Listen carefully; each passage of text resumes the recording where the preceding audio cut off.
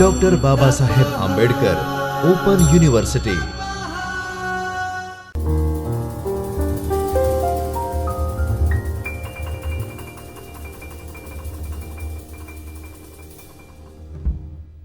નમસ્કાર વિદ્યાર્થી મિત્રો, ડૉક્ટર બાબા સાહેબ આંબેડકર ઓપન યુનિવર્સિટીના ચૈતન્ય સ્ટુડિયોમાંથી હું Krunal Mistry, assistant of professor of commerce, આપનું હાર્દિક સ્વાગત કરું છું.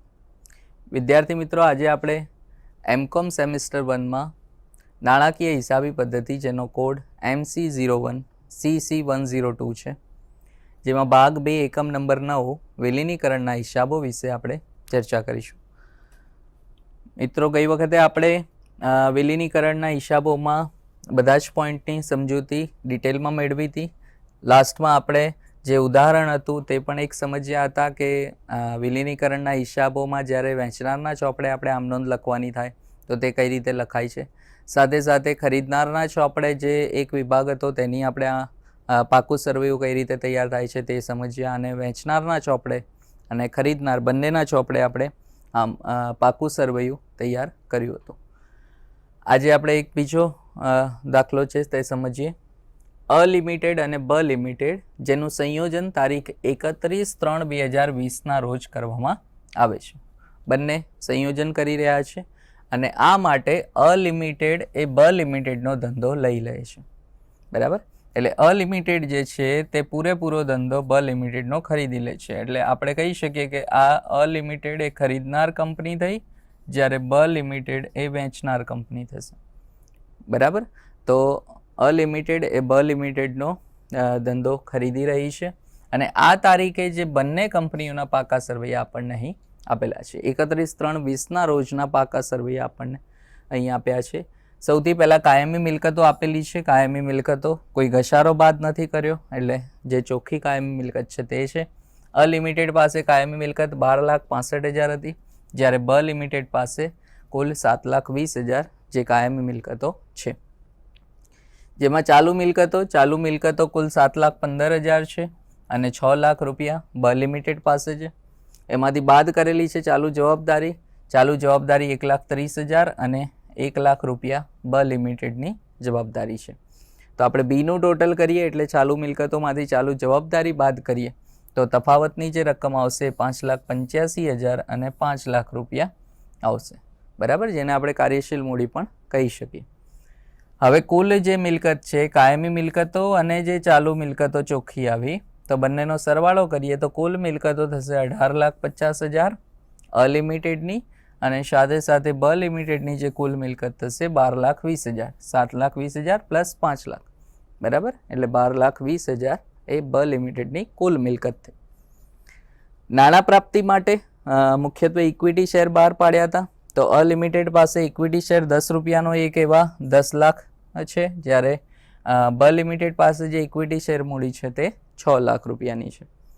12% પ્રેફરન્સ શેર મૂડી જે બંને પાસે છે, દરેક રૂપિયા 100ના, એટલે 12% પ્રેફરન્સ શેર મૂડી 4,40,000 છે અને 3,40,000 છે એ શેર મૂડી પ્રેફરન્સ. સામાન્ય અનામત છે બંને કંપની પાસે. તો અલિમિટેડ પાસે સામાન્ય અનામત 3,10,000, જ્યારે બ લિમિટેડ પાસે 2,10,000 રૂપિયા અનામત છે. અન્ય જવાબદારીઓ આપેલી છે આપણને, એટલે અન્ય જવાબદારીઓમાં 1 લાખ રૂપિયા અને 70,000 રૂપિયા છે. એટલે અન્ય જવાબદારીમાં આપણને એક આપેલું છે ડિબેન્ચર, એટલે 14%ના ડિબેન્ચર છે બંને કંપની પાસે 1 લાખ અને 70,000 રૂપિયાના. બરાબર? એટલે કુલ જે જવાબદારી છે તો જવાબદારી થશે 18,50,000 અને 12,20,000 રૂપિયા. બરાબર? તો આ રીતે આપણને પાકું સરવૈયું હાલ બંને કંપનીનું આપેલું છે, અલિમિટેડ અને બ લિમિટેડ. આગળ અન્ય જે માહિતી છે તેમાં આપણને કહ્યું છે કે અલિમિટેડ એ બ લિમિટેડનો જ્યારે ધંધો ખરીદે છે એટલે 1/4/2020ના રોજ તે ખરીદી કરી રહ્યા છે. એટલે 1/4/20 આપણે સંપાદન તારીખ કહી શકાય. અલિમિટેડે ખરીદ કિંમત કઈ રીતે ચૂકવી, તો તેના માટે અહીં આપણને માહિતી આપેલી છે. તો સૌથી પહેલાં તો ₹10નો એક એવા 70,000 ઇક્વિટી શેર જે બ લિમિટેડના ઇક્વિટી શેર હોલ્ડરો માટે આપ્યા. એટલે 70,000ના ઇક્વિટી શેર, બરાબર? 70,000 ઇક્વિટી શેર્સ 10 રૂપિયાનો એક, એટલે કુલ 7 લાખ રૂપિયાના ઇક્વિટી શેર અહીંયા ચૂકવ્યા. બરાબર? એટલે 7 લાખ રૂપિયાની ઇક્વિટી શેર મૂડી આવશે. બ લિમિટેડના જે પ્રેફરન્સ શેર હોલ્ડર છે તેને 10%ના પ્રીમિયમે નાણાં ચૂકવવા ₹100નો એક એવા 14%ના પ્રેફરન્સ શેર આપ્યા. કેટલા આપ્યા તેની કોઈ માહિતી નથી, એટલે આપણે એવું માની લેવાનું કે જે જૂના હતા તેટલા ને તેટલા આપ્યા હશે.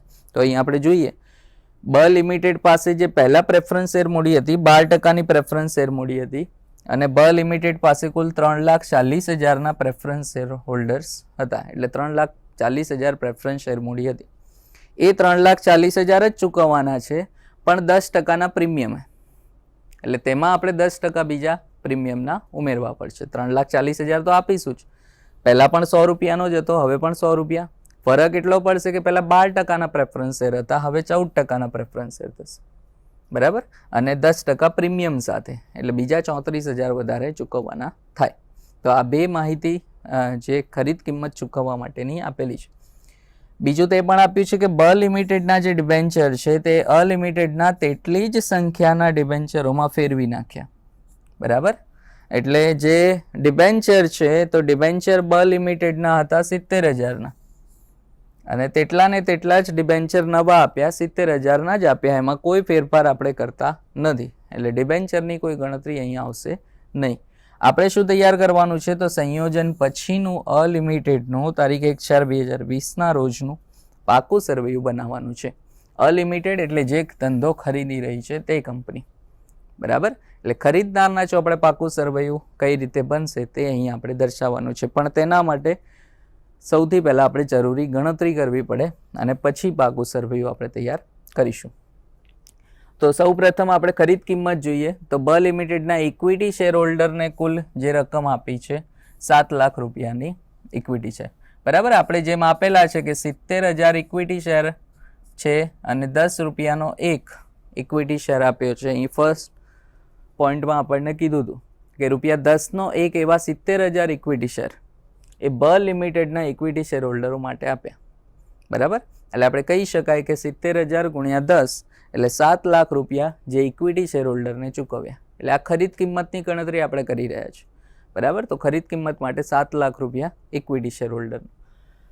બ લિમિટેડના પ્રેફરન્સ શેર હોલ્ડરને કેટલા આપ્યા? પ્રેફરન્સ શેર હોલ્ડર અગાઉ આપણે સમજ્યા તેમ 3,40,000 ચૂકવશે, કારણ કે અહીંયા કોઈ જ માહિતી આપણને આપી નથી કે પ્રેફરન્સ શેર કેટલાના છે, બરાબર. ખાલી એટલું જ કીધું છે કે બ લિમિટેડના પ્રેફરન્સ શેર હોલ્ડરને 10%ના પ્રીમિયમે નાણાં ચૂકવવા અને જે ₹100નો એક એવા 14%ના પ્રેફરન્સ શેર આપ્યા, પણ કેટલી કિંમતના આપ્યા તે નથી કીધું. તો એના માટે આપણે જેમ સમજ્યા હતા કે 3,40,000ના પ્રેફરન્સ શેર પહેલાં હતા અને તેટલા ને તેટલા જ અહીં ચૂકવાશે 10% પ્રીમિયમ. એટલે બ લિમિટેડના જે પ્રેફરન્સ શેર છે હવે થઈ જશે તે 14%ના, પહેલાં 12%ના હતા, બરાબર. હવે 14%ના થઈ જશે, 3,40,000 રૂપિયાના જ.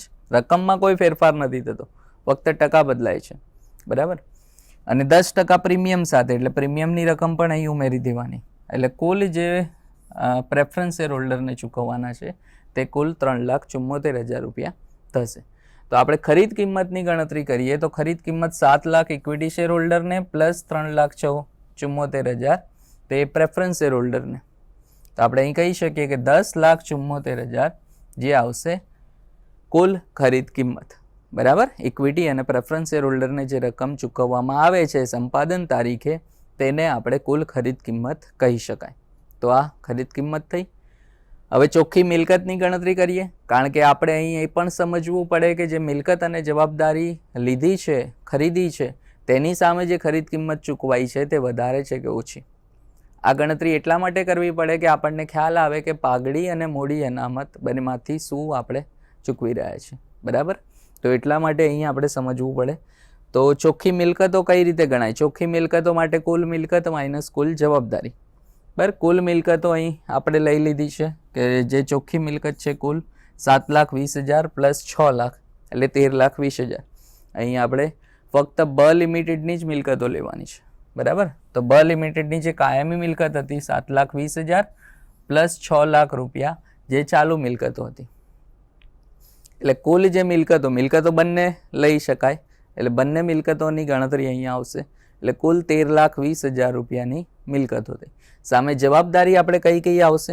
તો જવાબદારીમાં જે બાદ કરવાની આવશે તો એમાંથી બાદ કરીશું. સૌથી પહેલાં ચાલુ જવાબદારી એક ચાલુ જવાબદારી 1 લાખ રૂપિયાની છે અને બીજા ડિબેન્ચર છે 70,000 રૂપિયાના, એટલે કુલ 1,70,000 અહીં બાદ થશે. આ બંને રકમ બાદ કરવાની કુલ મિલકતોમાંથી. બરાબર, આપણને અહીં મિલકતો આપેલી છે અને જવાબદારી પણ આપેલી છે કે ચાલુ જવાબદારી 1 લાખની છે, સાથે સાથે જે 70,000ના ડિબેન્ચર છે. કારણ કે ડિબેન્ચર તો એટલી જ રકમના આપવાના છે. હા, ડિબેન્ચરની રકમ જો બદલાતી હોય તો તેની ગણતરી આપણે કરવી પડે, પણ અહીંયા આપણને ચોખ્ખું કીધું હતું કે જે ડિબેન્ચર છે બ લિમિટેડના એ અલિમિટેડ તેટલી જ સંખ્યાના ડિબેન્ચરમાં ફેરવી નાખ્યા, એટલે એટલાને એટલી જ સંખ્યા અને એટલી ને એટલી જ રકમ, એટલે 70,000 જ આપણે ચૂકવવાના થશે. એટલે ડિબેન્ચર 70,000ના અને જવાબદારીઓ 1 લાખની, એટલે કુલ 1,70,000 જવાબદારી થઈ. 13,20,000 માંથી બંને બાદ કરીએ તો 11,50,000 જે ચોખ્ખી મિલકત આવશે. બરાબર, એટલે આપણે કહી શકાય કે અલિમિટેડે બ લિમિટેડની કુલ 11,50,000ની ચોખ્ખી મિલકતો લીધી. બરાબર, હવે આપણે અહીં ગણતરી કરીએ કે પાઘડી આવશે કે મૂડી અનામત. પાઘડી ક્યારે હોય? જ્યારે ખરીદ કિંમત વધારે ચૂકવી હોય તો. બરાબર, ચોખ્ખી મિલકત કરતાં જો ખરીદ કિંમત વધુ હોય તો તેને આપણે પાઘડી કહીએ. પણ અહીં આપણે જો તુલના કરીએ તો ખરીદ કિંમત 10,74,000 છે, જેની સામે જે ચોખ્ખી મિલકતો છે તે 11,50,000 છે. તો આપણે કહી શકાય કે જે ખરીદ કિંમત છે તે ઓછી ચૂકવી છે, મિલકતો સામે વધારે લીધી છે. એટલા માટે જે તફાવતની રકમ આવે છે તે મૂડી અનામત. ફાયદો થયો ને, ખરીદનાર કંપનીને અહીં ફાયદો થાય છે અને જે ફાયદો થાય, વધારો આવે, તેને મૂડી અનામત તરીકે બતાવે. જો નુકસાન થયું હોત તો તેને આપણે પાઘડી તરીકે દર્શાવત, કારણ કે તે વધારે આપણે રકમ ચૂકવી છે એટલે. બરાબર, પણ અહીં ફાયદો થાય છે કે તમે 11,50,000ની મિલકતો લઈ રહ્યા છે અને સામે આપણે કિંમત ચૂકવી છે ફક્ત 10,74,000, એટલે 76,000 રૂપિયા જે પણ તફાવતની રકમ આવે છે જેને આપણે મૂડી અનામત કહીશું. એટલે જ્યારે પણ પાકું સર્વેયું બનાવીએ ત્યારે 76,000 આપણે અનામત તરીકે દર્શાવવાના. બરાબર, તો આ રીતે ગણતરી સૌથી પહેલાં આ 3 ગણતરી તમારે કરવાની જ્યારે સંયોજનના હિસાબ આપણે કરતા હોઈએ. હવે અલિમિટેડનું પાકું સરવૈયું તૈયાર કરીએ. પાકું સરવૈયામાં શું આવશે? અલિમિટેડની પોતાની મિલકતો અને જવાબદારીઓ તો દર્શાવવાની, સાથે સાથે બ લિમિટેડની જે મિલકત અને જવાબદારી લીધી છે તે પણ અહીં પ્લસ કરવાની. બરાબર, તો કાયમી મિલકતો અલિમિટેડ પાસે જે હતી તે પ્લસ બ લિમિટેડની આપણે કાયમી મિલકત જે ખરીદી. બરાબર, જે કાયમી મિલકતો 7,20,000 હતી. બરાબર, બની અહીં ટોટલ બતાવું તમને. કાયમી મિલકતો અ પાસે 12,65,000 અને બની આપણે પૂરેપૂરી મિલકત લઈ લીધી છે 7,20,000ની કાયમી મિલકતો. એટલે કાયમી મિલકતો બંનેનું આપણે ટોટલ કરીશું 12,65,000 પ્લસ 7,20,000, એટલે 19,85,000 રૂપિયા આવશે. તો અહીંયા આપણે પાકા સરવૈયામાં જોઈ શકીએ છીએ કે પાકા સરવૈયામાં જે આપણે કાયમી મિલકતો બતાવી છે તે 19,85,000 છે. બરાબર, કારણ કે અલિમિટેડ પોતાની મિલકત તો બતાવશે જ ને, સાથે સાથે બ લિમિટેડની જે મિલકતો ખરીદી છે તે પણ પ્લસ કરવાની. એવી જ રીતે ચાલુ મિલકતોમાં પણ બંને કંપનીની પ્લસ થઈ જશે, એટલે કુલ 13,15,000. બે જ પ્રકારની મિલકતો છે, કાયમી અને ચાલુ મિલકતો. તો કુલ આપણે કરીએ મિલકતો બાજુનો સરવાળો તો 33 લાખ રૂપિયા આવશે.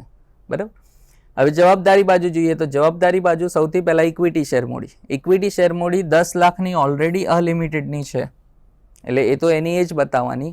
પ્લસ બ લિમિટેડને આપને 7 લાખ રૂપિયાની જે ઇક્વિટી શેર મૂડી છે તે ચૂકવી છે, એટલે કુલ ઇક્વિટી શેર મૂડી હવે થઈ જશે 17 લાખ રૂપિયા. ત્યાં બની ડાયરેક્ટ નથી લેવાની, બને જે આપણે ચૂકવી છે તે જ બતાવવાની. 7 લાખની જે આપણે ચૂકવી તે. બરાબર, એટલે કુલ 17 લાખ રૂપિયા ઇક્વિટી શેર મૂડી.